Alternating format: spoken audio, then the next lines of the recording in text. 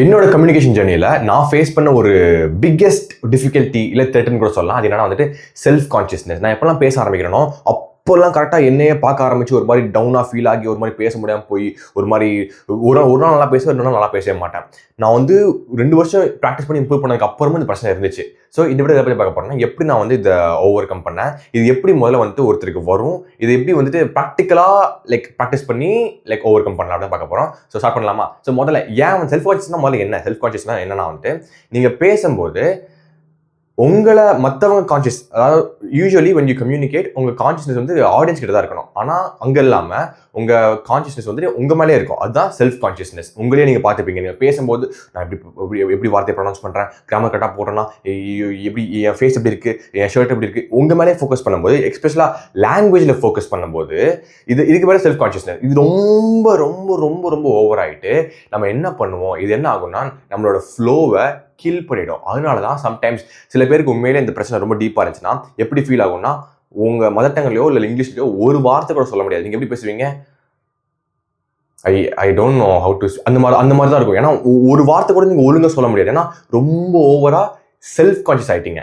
So இது ஏன் வந்துட்டு ஒருத்தருக்கு வரும் அப்படின்னா வந்துட்டு இது மோஸ்ட்டாக வந்து தனியாகவே ப்ராக்டிஸ் பண்ணி கற்றுக்கிறவங்க கண்டிப்பாக வரும். தனியாகவே சப்போஸ் நீங்கள் வந்துட்டு ஒரு பப்ளிக் ஸ்பீக்கிங் பண்ணி கற்றுக்கல, இல்லை மற்றவங்க கிட்ட பேசி கற்றுக்கல, நீங்கள் தனியாகவே இந்த மாதிரி சோஷியல் குரூப்ஸ் இல்லாத பசங்க எல்லாம் பொண்ணுங்களோ அந்த மாதிரி ஃப்ரெண்ட்ஸோட பேச மாட்டாங்க. ஸோ அந்த மாதிரி பசங்க என்ன பண்ணுவாங்கன்னா பொண்ணுங்க என்ன பண்ணுவாங்கன்னா அவங்க வந்து தனியாக பேச கற்றுப்பாங்க. கற்றுக்கும் போது என்ன ஆகும்னா அவங்க வந்துட்டு ஒரு மாதிரி ரொம்ப ஜட்மெண்ட்ல ஆகி யூடியூப் வீடியோலாம் பார்த்து இந்த மாதிரி தான் பேசுன்னு சொல்லிட்டு அதை ஒரு மெட்ரிக்காக வச்சுட்டு அவங்க பேசுறது கம்பேர் பண்ணி அப்படி பேசுகிறேன் ஒரு மாதிரி கம்பேர் பண்ணிட்டு என்ன ஆகும்னா அவங்க இம்ப்ரூவ் ஆவாங்க. கண்டிப்பாக அவங்க இம்ப்ரூவ் ஆவாங்க, ரொம்பவே இம்ப்ரூவ் ஆவாங்க. ஆனால் இம்ப்ரூவ் ஆகிறதோட ஒரு சின்ன கெட்ட பழக்கம் என்ன, அவங்களையே பார்த்துக்கிறது. பேசும்போது அவங்க வார்த்தை எப்படி இருக்குது, அவங்க கரெக்டாக பேசுகிறாங்களா, அது ரொம்ப பார்த்துக்கிறது. அது ரொம்ப ரொம்ப ரொம்ப ரொம்ப அது மாதிரி காம்பவுண்ட் ஆகி ரொம்ப காலத்துக்கு ஒரு குறிப்பிட்ட டைமுக்கு அப்புறம் ரொம்பவே ஓவர் ஆகிடும்.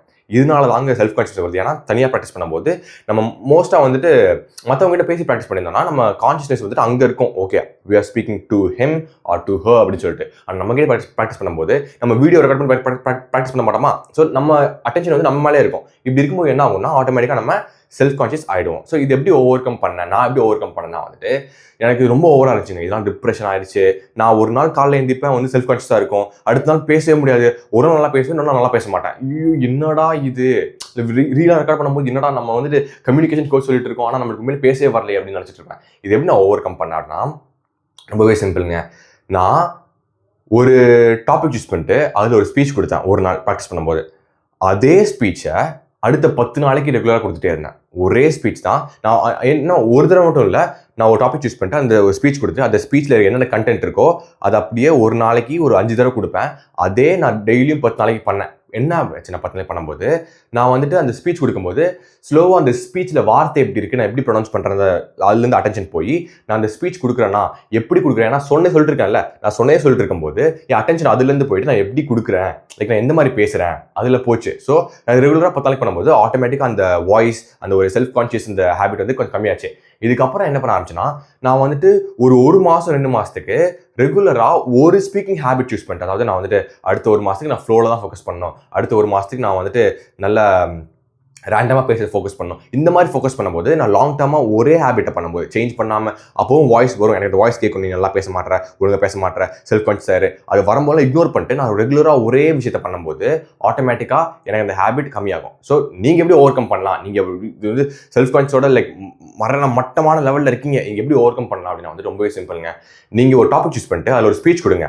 அந்த ஸ்பீச்சை மறுபடியும் ஒரு நாளைக்கு ஒரு 5 தடவை கொடுத்துட்டு அந்த ஸ்பீச் மினிமம் வந்துட்டு ஒரு 3 மினிட்ஸ் ஆச்சு இருக்கணும். அந்த 3 மினிட்ஸ் ஸ்பீச்சை ஒரு நாளைக்கு ஒரு 5 தடவை கொடுத்துட்டு டெய்லியும் ஒரு 15 நாளைக்கு இல்லை 1 மாதத்துக்கு ரெகுலராக கொடுத்தீங்கன்னா என்ன ஆகும்னா உங்கள் மைண்ட் வந்துட்டு அந்த ஸ்பீச்சில் ஃபோக்கஸ் பண்ணுறதை விட்டுட்டு அந்த ஸ்பீச்சை எப்படி கொடுக்குற, ஏன்னா வந்துட்டு நீங்கள் டெய்லியும் கொடுக்கும்போது ஒரே ஸ்பீச்சை 5 தடவை டெய்லி கொடுக்கும்போது உங்களுக்கு வந்து ஸ்கிரிப்ட் கரெக்டாக இருக்கும், பக்காவாக தெரியும். ஆனால் அதை எப்படி கொடுக்குறீங்க, போர் அடிக்கும்போது எப்படி கொடுக்குறீங்க ஃபோக்கஸ், எப்படி அதை பேசுறீங்கன்னு ஃபோக்கஸ் பண்ணுவீங்க. அதுக்கப்புறம் ஜென்ரலாகவே உங்களுக்கு அந்த self consciousness habit break down ஆகிடுங்க. ஸோ எப்படி தாங்க ஓவர் கம் பண்ணுறது. ஸோ இந்த வீடியோ இது வரைக்கும் பார்த்தீங்கன்னா ரொம்ப நன்றி. மறக்காம ஒரே ஒரு லைக்கும் ஒரே ஒரு சப்ஸ்கிரைப் பண்ணிட்டு போயிடுங்க. டாடா.